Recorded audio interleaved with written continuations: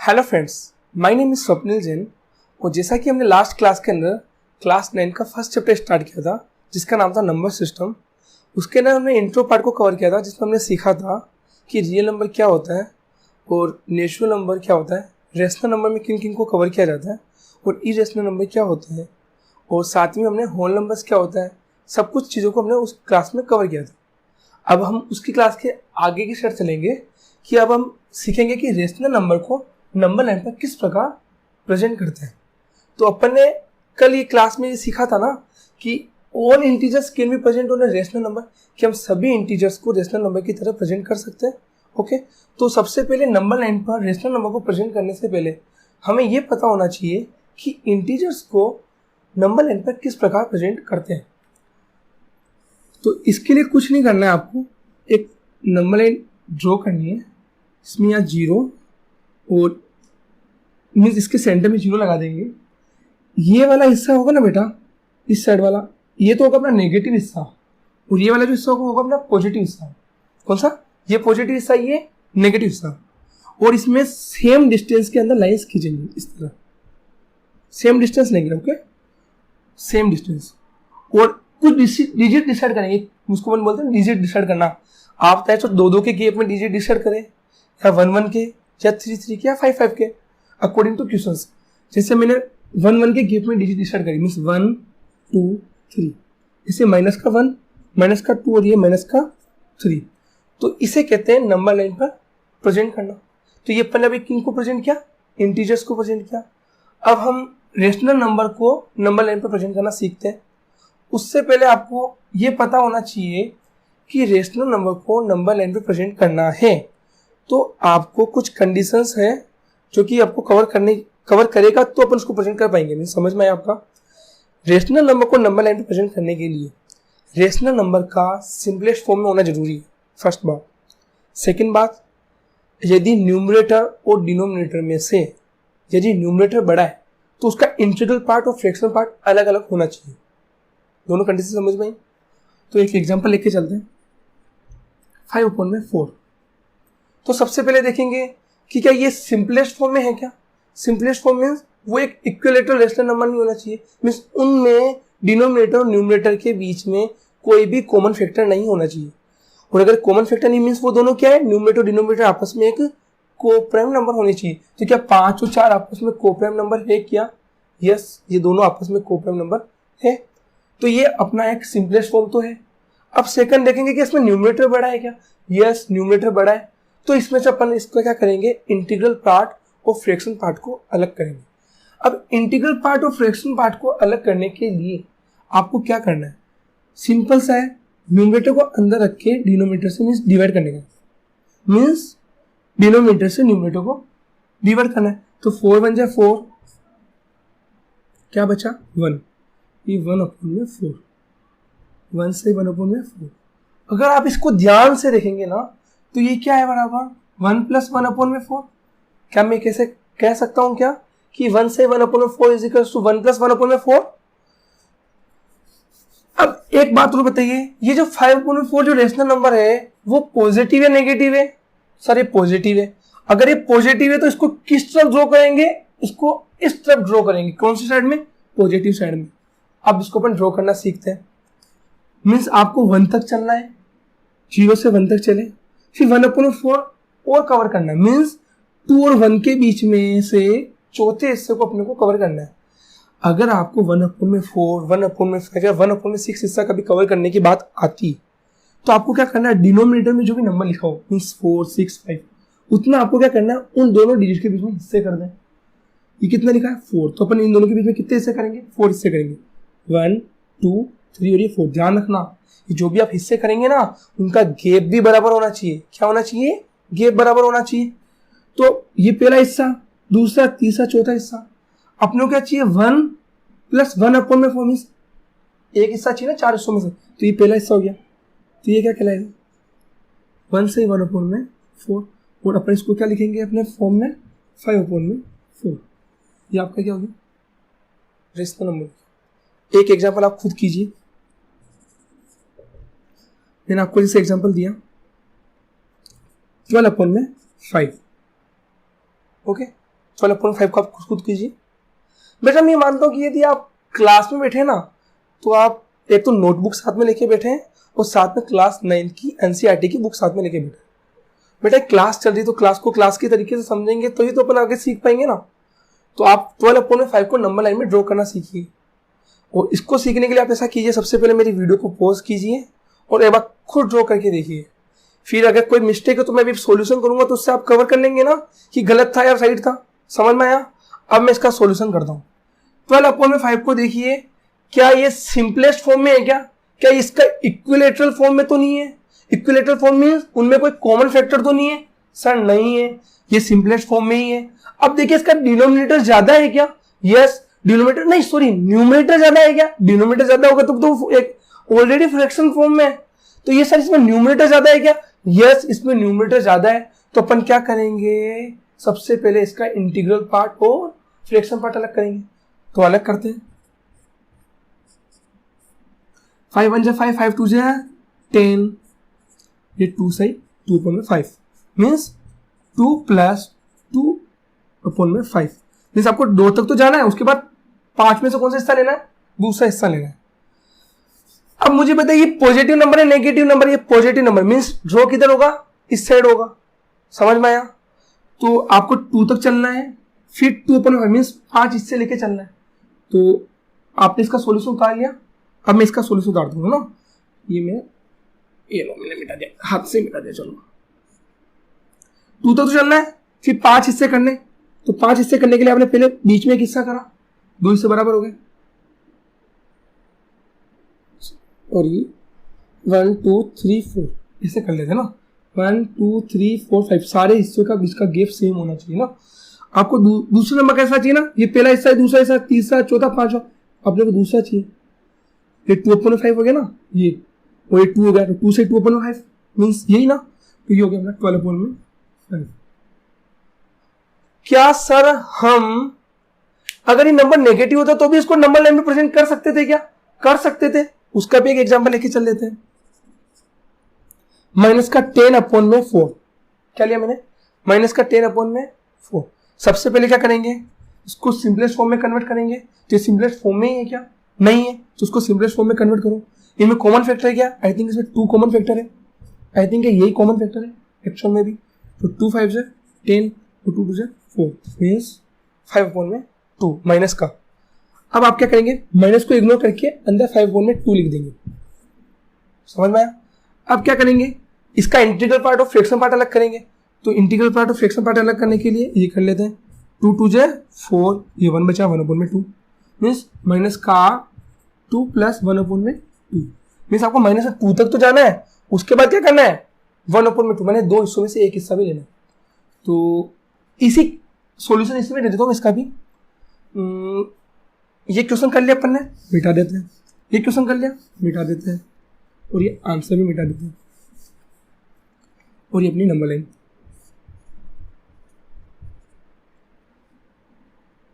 अपने को क्या करना है, -2 तक जाना है पहले। तो ये माइनस की संख्या है ना, मैंने माइनस के 2 तक जाना है।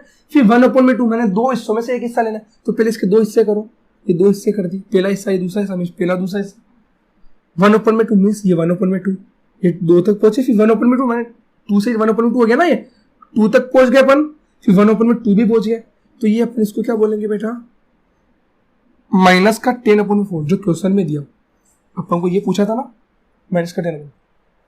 क्या सर पॉइंट वाली संख्या को भी नंबर लाइन पर प्रेजेंट कर सकते हैं क्या? तो आंसर है यस। वो कैसे प्रेजेंट करेंगे? जैसे एक एग्जांपल लेता हूं, 1.75 रेशनल नंबर का फॉर्म क्या होता है? P/Q, जहां पे P और Q दोनों क्या होने चाहिए? इंटीजर्स, और Q कभी भी 0 नहीं होगा। तो इसको अपन को रेशनल नंबर के फॉर्म में कन्वर्ट करने के लिए यहां से पॉइंट हटाएंगे, नीचे कितने लग जाएंगे? ये 2 0 तो लास्ट में, तो 100 लग जाएंगे। अब इसको क्या करेंगे, कॉमन फैक्टर हटा देते हैं। 25 कॉमन फैक्टर है, हटाया, कितना गया? 7/4 आया। अब 7/4 को तो आप इजीली नंबर लाइन पे ड्रॉ कर सकते हैं।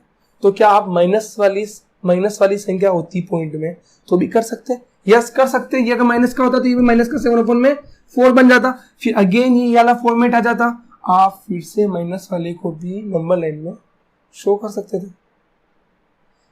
बस इतना सही है ये representation of rational number number line. समझ में आया? ओके।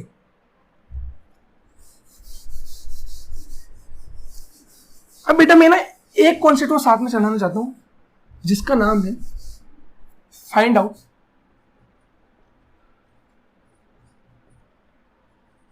रेशनल नंबर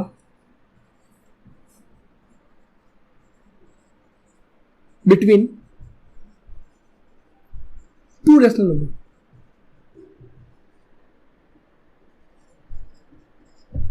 नंबर्स ना, और ये नंबर्स, मैंने यहाँ पे नंबर्स क्यों लिखा, नंबर क्यों नहीं लिखा? सिंपल सा रीजन है, दो रेशनल नंबर के बीच में आप कितने रेशनल नंबर फाइंड आउट कर सकते हैं? तो इसका आंसर है इन्फिनाइट, अनंत।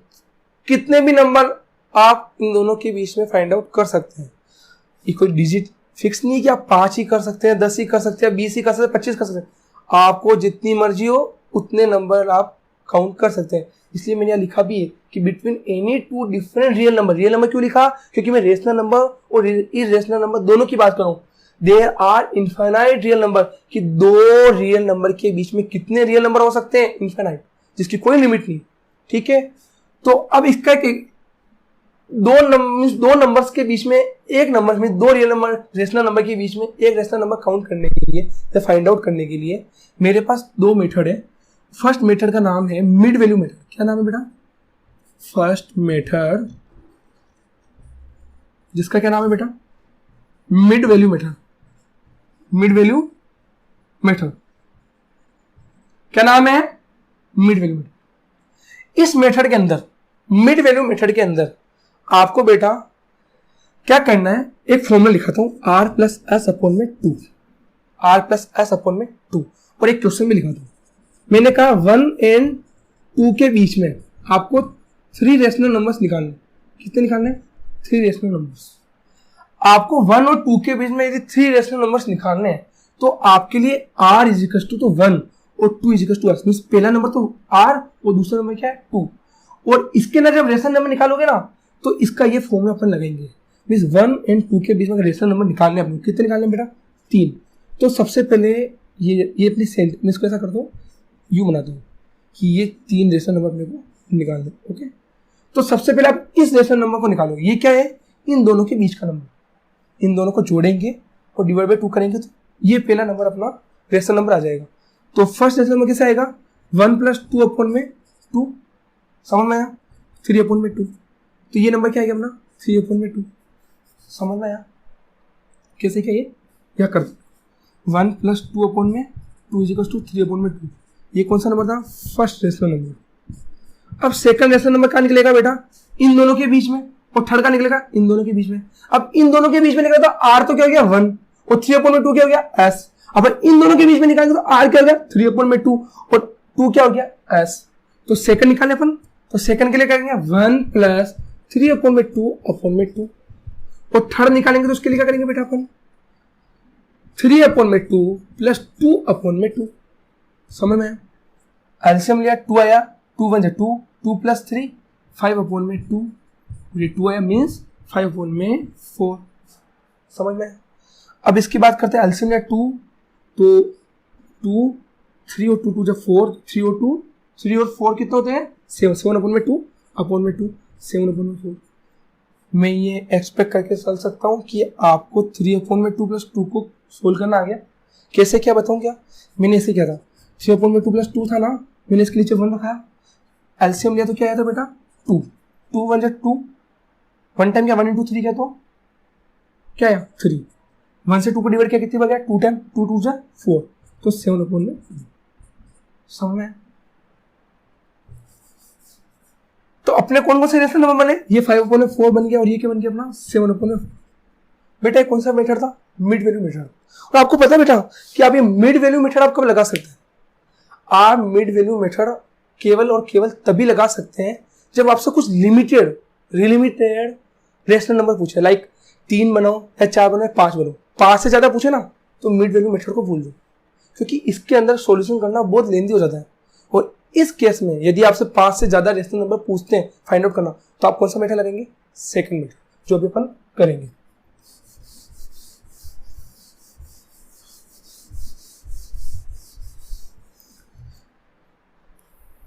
सेकंड मेथड,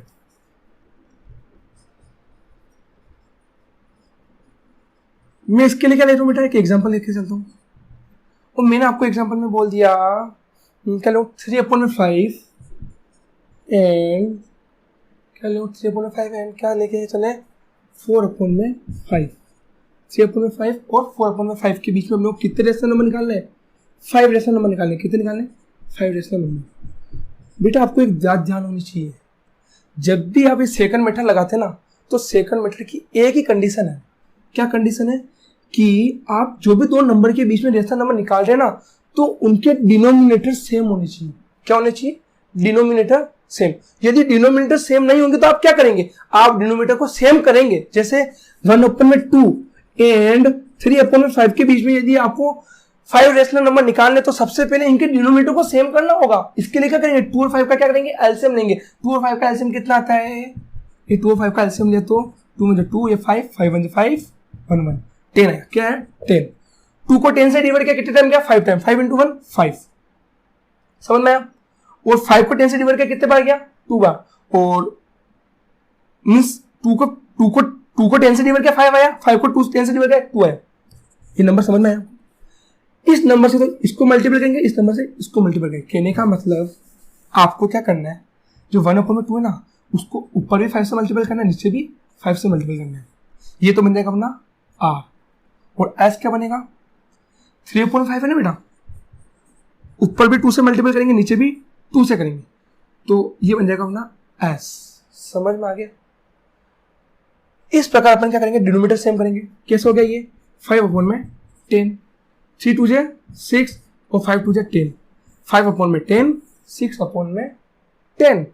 तो ये तो फर्स्ट नंबर हो गया, सेकंड नंबर हो गया। अब इन दोनों के बीच में क्या कर सकते हैं, जितने भी रेशनल नंबर पूछेंगे उतने निकाल सकेंगे। आपको ये बात समझ में आई।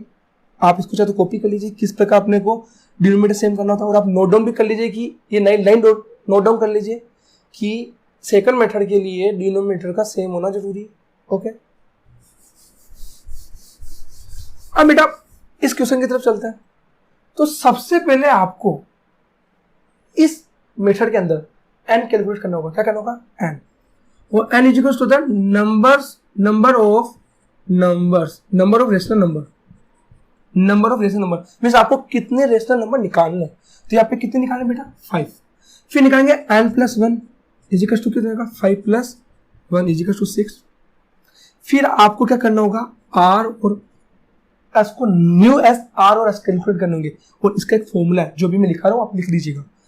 n+1 into n+1 into d, वो भी s में भी वो चलेगा, n+1 इंटू n और n+1 इंटू डी। अब आप पूछेंगे सर ये कैपिटल का है ना, कैपिटल का डी, कैपिटल का डी क्या है, आर एस तो समझ में आया कि फर्स्ट नंबर सेकंड नंबर, और n+1 भी समझ में आया कि ये चीज है, पर ये कैपिटल का है ना, कैपिटल का डी, कैपिटल का डी क्या है। तो मैं बोल रहा हूँ बच्चा, जो आपका ये जैसे फर्स्ट नंबर है ना, तो इसका न्यूमरेटर मीन्स 3 वो तो हो गया अपना n, और 5 जो डिनोमिनेटर वो अपना क्या हो जाएगा d। उस केस में 4 और ये 5, समझ में आया।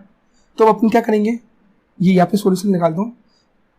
n+1 मीन्स 6 इंटू 3, नीचे क्या आएगा 6 इंटू 5, इधर क्या आएगा 6 इंटू 4, 6 इंटू 5, 18 30, और ये क्या हो गया अपना 24 30। अब बीच में आपको क्या करना है, 5 रेशनल नंबर निकाल लेना। आप ऊपर का न्यूमरेटर को बढ़ाते जाइए। 19/30 ये फर्स्ट हो गया, सेकंड इसको थोड़ा दूर लिख देता हूँ ताकि अपना पूरा नंबर कवर हो जाएगा, है ना। दूसरा क्या हो जाएगा 20/30, फिर क्या हो जाएगा 21/30, फिर कौन सा हो जाएगा, बोलिए 22/30, फिर कौन सा हो जाएगा 23/30। समझ में आया। अब एक बात, आप चाहे ना तो ऐसे भी प्रेजेंट कर सकते हैं कि ये पांचों नंबर मैंने नंबर लेके निकाले, और आप चाहे तो इसको ऐसे भी प्रेजेंट कर सकते हैं, किसमें, स्मॉलेस्ट फॉर्म में कन्वर्ट करके कर लेंगे ना।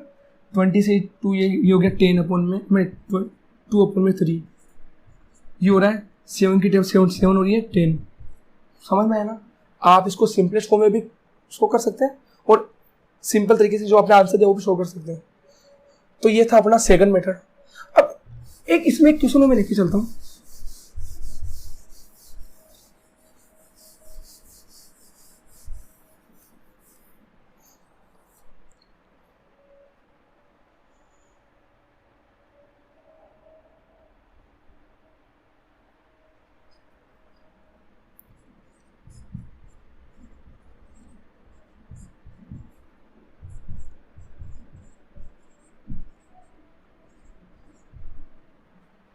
क्या बोला मैंने कि -4 अपॉन में 11 और 7 अपॉन में 11 के बीच में आपको 100 रेशनल नंबर्स निकालने हैं। क्या पॉसिबल है? यस पॉसिबल है। मैंने अभी तो कहा था कि आप अनगिनत, जिसकी कोई गिनती ही नहीं, इनफाइनाइट नंबर्स निकाल सकते हैं दो नंबर्स के बीच में। तो 100 तो छोटी मोटी बात है, बट क्या आपने को 100 को लिखना पड़ेगा क्या? नहीं, अपन तो क्या करेंगे, एक सीक्वेंस देके चल जाएंगे कि सर इस तरह 100 रेशनल नंबर्स आप लिख सकते हैं, अपना आंसर करेंगे। अब सेकंड बात, अपना क्वेश्चन क्या कहता है? अगर सेकंड मेथड लगाते हैं n इजिकल्स टू क्या हो जाएगा बेटा? 100, ये कहते हैं अपन। और n+1 क्या हो जाएगा सर? 101। अब थर्ड स्टेप क्या है? -4 अपॉन में 11, उसको 101 से मल्टीप्लाई करेंगे, 101 से करेंगे, वही फॉर्मूला वाला n+1 into capital n+1 into ये n+1 है ना बेटा, n+1 इंटू डिनोमिनेटर और न्यूमरेटर, उसमें भी वो कभी हो जाएगा ना, 7 और 11 है और ये यहाँ पे 101 आएगा, 101। मुझे बात बताइए, यदि मैं इस तरह करता हूँ, अगर 100 नंबर फिक्स 100 नंबर्स निकालता हूँ, तो कुछ आपको नहीं लगता है कुछ इक्वेशन, कुछ सॉल्यूशन कुछ ज्यादा ही लंबा हो जाएगा? होएगा ना, इनको कैलकुलेट करेंगे कितना बड़ा डिजिट आएगा ना। तो जरूरी है क्या क्वेश्चन में अगर आपसे 100 पूछे तो आप 100 ही निकाले?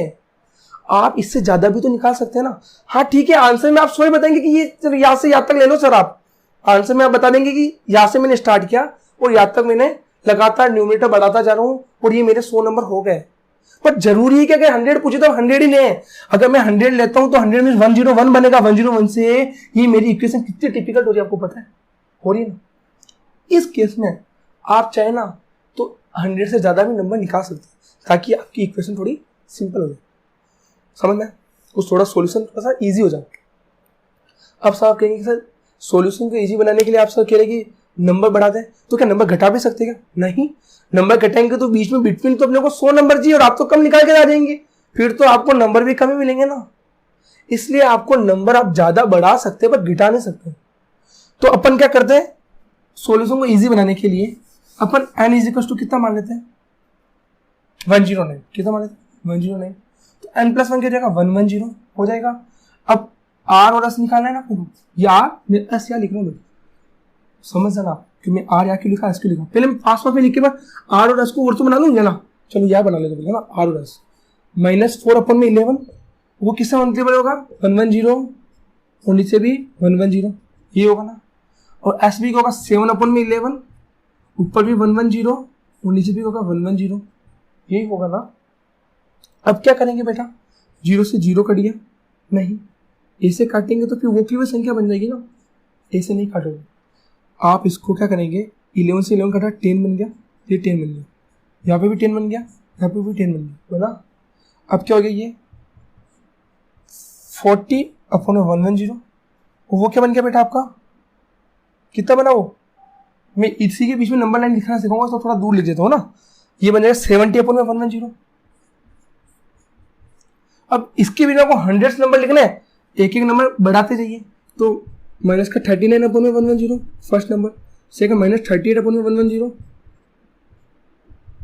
ये 0 अपॉन में 110, वो बढ़ाते जाएंगे, कहाँ तक पहुँचेंगे? 60 अपॉन में 110। जब तक हमने 100 नंबर कवर हो जाएंगे ना बेटा, हो जाएंगे ना। ओ दिक्कत आ रही है कि -39 -28 -39 38 क्यों किया? अरे बच्चा, अपन को एक एक नंबर बढ़ाना है, घटाना नहीं है। घटाते तो 41 होता, -41 बढ़ाना है, मीन्स क्या करना है, -40 में 1 जोड़ना है, वो प्लस माइनस होती क्या होता है? माइनस होता है, तो 39 हो जाएगा। वो साइन किसका आएगा? जिस संख्या का साइन बड़ा है। समझ में? तो फिर ये अपना क्या हो गया, सॉल्यूशन हो गया। तो find out the rational number between the two rational number, ये भी इतना सही है, फर्स्ट मेथड और सेकंड मेथड। अब मैं चाहता हूँ कि आप एक्सरसाइज 1.1 को खुद कीजिए। कल मैं इसे सॉल्यूशन डाल दूंगा, सॉल्यूशन की मैं चाहता हूँ कि सॉल्यूशन वीडियो बना दूँ, बट मैं चाहता हूँ कि आप खुद एक बार घर पे करके देखिए। मैंने सब कुछ कवर कर लिया है इस क्लास के अंदर। क्लास को एक बार देखिए, नहीं समझ में आती है एक बार फिर से देखिए, कोई दिक्कत नहीं है। और फर्स्ट क्लास अगर जिसने नहीं देखी है तो मेरे डिस्क्रिप्शन में जाइए, वहाँ पे मैंने फर्स्ट क्लास का लिंक दे रखा है, वहाँ से जाके आप फर्स्ट क्लास को देखिए, फिर आप इस सेकंड क्लास को देखिए, आपको ऑब्वियसली समझ में आएगा। और फिर बाद में आप अपने 1.1 को सोल्व कीजिए और साथ में कुछ एग्जाम्पल्स दिए उनको भी सोल्व कीजिए। और फिर भी नहीं समझ में आता आप मुझे कमेंट कीजिए, या फिर मैं आपको मेल आईडी भी दे दूंगा, आप मुझे उसमें मेल कीजिए कि सर इसका आंसर मुझे नहीं आया, तो मैं उस पर फिर से वीडियो बना के आपको समझाने की कोशिश करूंगा। ठीक है, घर पे रहिए, सुरक्षित रहिए। जय हिंद, जय भारत।